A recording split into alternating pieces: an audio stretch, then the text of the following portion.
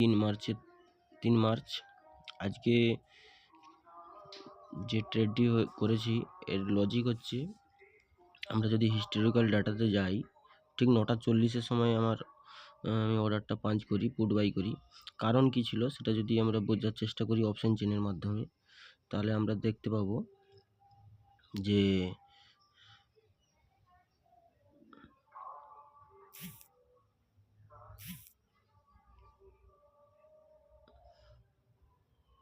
9:40-এ যদি আমরা দেখি রেজিস্ট্যান্স কি হয়েছিল। রেজিস্ট্যান্স সকালে দেখছিলাম আমরা 22,500 থেকে শুরু হয়েছিল রেজিস্ট্যান্স, এবং রেজিস্ট্যান্স উইক বটমে এসে নিউ ডব্লিউটিটি করেছিল, কখনো আবার ডব্লিউটিবি করেছিল। তো বর্তমান এর আগে সিচুয়েশান পর্যন্ত মার্কেট 22,300-তে শিফট হয়েছিল, অর্থাৎ টপ টু বটম শিফট হয়েছিল, এবং এগেইন আবার ডব্লিউটিটি বানায় এবং পার্সেন্টেজ বাড়ে এবং মার্কেট ভলিউম শিফট হয় 22,200-তে। তো মার্কেটে বিয়ারিশ প্রেসার। আর সাপোর্টের তরফে আমরা যদি দেখি, সাপোর্ট কি ছিল, সাপোর্ট ডব্লিউটিবি না হয় স্ট্রং হয়েছিল, তো বুলিশ প্রেসার সাপোর্টে।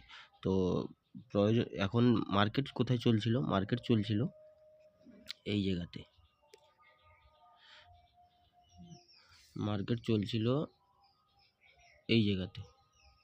এই জায়গাতে মার্কেট চলছিল, যেটা ছিল new resistance value.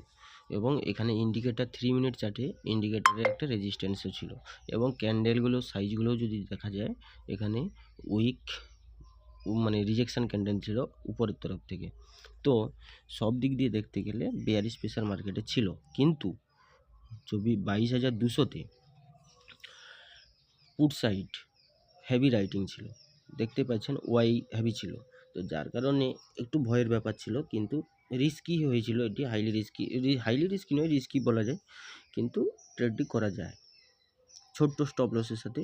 Stop loss কতটা ছিল আমি যদি দেখানোর চেষ্টা করি, স্টপ লস এখানে ছিল বেশি না, ওই যে ক্যান্ডেলটি তৈরি হয়েছে এই ক্যান্ডেলের উপর পর্যন্ত স্টপ লস ছিল, আমি ডিসাইড করেছিলাম। তো এইভাবে ছোট ছোট রিস্ক নেওয়া যেতে পারে অপশন চেন এবং টোটাল অ্যানালাইসিসের উপরে। আমরা যদি এইখানে আমরা এই ক্যান্ডেলে 9:40-এর ক্যান্ডেলে এন্ট্রি করেছিলাম, এটা 9:39-এর ক্যান্ডেল, এই ক্যান্ডেলটি হতে আর আমরা পুরো একটা ডাইভারশন ট্রেড নিই। এবং আমরা রিস্ক আমাদের যদি দেখা যায়, রিস্ক আমাদের ছিল কোথাও না কোথাও এই ক্যান্ডেল পর্যন্ত। তো রিস্ক রিওয়ার্ড হিসেবে যদি দেখা যায়, তাহলে 19 পয়েন্টের স্টপ লস হচ্ছিল, আর হচ্ছে যে টার্গেট আমাদের হচ্ছিল, মানে রিস্ক রিওয়ার্ড রেশিও 1:3 হচ্ছিল। তো যার কারণে ট্রেড নিয়েছিলাম এবং ছোট স্টপ লস প্ল্যান করেছিলাম। যদি এখান থেকে না হতো তাহলে আমি হয়তো এই জায়গা থেকেও নিতে পারতাম, যেটা ছিল সেফ প্লেস। তো বর্তমানে এখান থেকে নিয়েছি, ট্রেড চলে গেছে, ট্রেড আরও হয়তো নিচের দিকে গিয়েছে। বর্তমানে এখন বাজে, এটি ক্যান্ডেলটি তৈরি হচ্ছে এখন 9:57। বর্তমানে মার্কেট দু ডাইভারশন আমাদের ট্রেড, আমি যদি হোল্ড করতাম নিয়ে দিতাম, কিন্তু যেহেতু সিঙ্গেল লটের ট্রেডার আমরা, সেহেতু আমরা একটা ডাইভারশনই প্রফিট বুক করার চেষ্টা করা উচিত। যদি বেশি লটের ট্রেডার হতাম বা তাহলে হচ্ছে যে আমরা কিছু 80% কোয়ান্টিটি বুক করে নিতাম এক ডাইভারশনে, তারপরে বাকিটা ট্রেল করে দিতাম, কস্ট বা কস্টের উপর থেকে ট্রেল করে দিতাম, আর একটা ডাইভারশনেরও প্রফিট আমরা পেয়ে যেতাম। তো এইভাবে লজিক দিয়ে আমরা কাজ করতে পারি।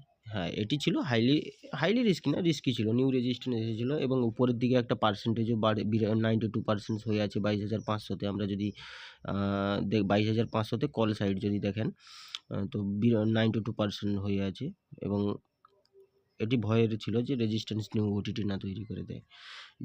মার্কেট এখন কন্টিনিউ ডাউন ট্রেন্ড চলছে, তো সেই হিসাবে দেখতে গেলে বেয়ারিশ তো মুভ আসার দরকার ছিল, কিন্তু আমরা সম্পূর্ণ কি মুভ আসবে না আসবে আমরা অত চিন্তা না করে, রিস্ক রিওয়ার্ড রেশিও আমাদের ঠিক ছিল, রিস্কের থেকে মানে এটা বেশি আছে, যার কারণে আমরা চেষ্টা করেছিলাম একটা, এবং সফল হয়েছি আজকে। তো এই ধরনের ভিডিও যদি আপনারা পছন্দ করে থাকেন, লাইভ ট্রেডিংয়ের ভিডিও, এবং কীভাবে অপশন চেন ব্যবহার করা যায়, কীভাবে ইমোশন কন্ট্রোল হবে।